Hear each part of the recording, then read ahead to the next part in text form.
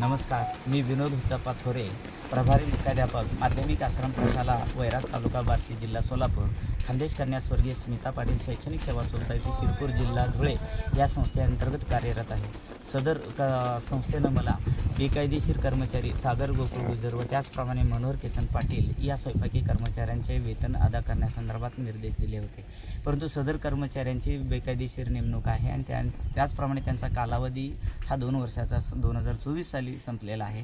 त्याचप्रमाणे विभागीय चौकशी समिती माननीय हिवाळे साहेब यांच्या समितीच्या अहवालाच्या पान क्रमांक 11 वरती सदर भरती या कर्मचाऱ्याची भरती करत असताना आदिवासी शासन निर्णय 2019 मधील मुद्दा क्रमांक 7चे उल्लंघन केल्याचे नमूद केलेले आहे.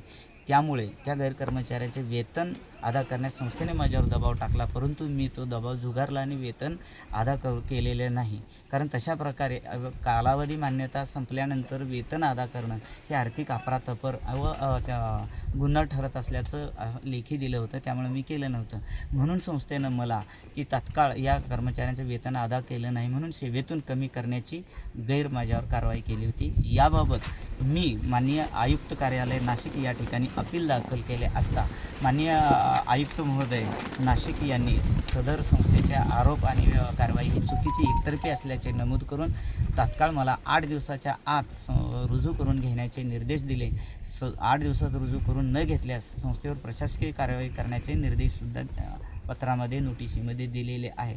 परंतु मुजोर संस्थापक आज महिना होत आला तरीही मी वारंवार विनंती करून लेखीपत्र देऊन वरिष्ठांनी सांगूनसुद्धा मला रुजू करून घेतल्याने आज महाराष्ट्र शासन ही शाळा प्रवेशोत्सव साजरा करण्यासाठी राज्यभर कार्यक्रम करत असताना एका प्रभारी मुख्याध्यापकालाच शाळा प्रवेशापासून रोखण्याची अतिशय निंदनीय अशा प्रकारची कृती या खानदेश संस्थेकडून करण्यात आलेली आहे.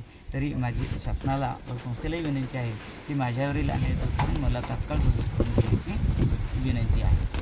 त्याचप्रमाणे आमच्या शाळेतील श्री धनाजी शिंदे व त्याचप्रमाणे सचिन गायकवाड या 2 कर्मचाऱ्यांची ठाणे विभागातून नाशिक विभागामध्ये विभागबाह्य बदली करण्यात आली. तर त्यासाठी सुद्धा उपोषण हे 8 जून रोजी करण्यात आलं होतं. तर त्यांचीही बदली रद्द करण्यात यावी. त्याचप्रमाणे आम्हा कर्मचाऱ्यांचं 9 महिन्याचं प्रतीक्षा कालावधी वेतन थकीत आहे तर ते अदा व्हावं ही शासनाला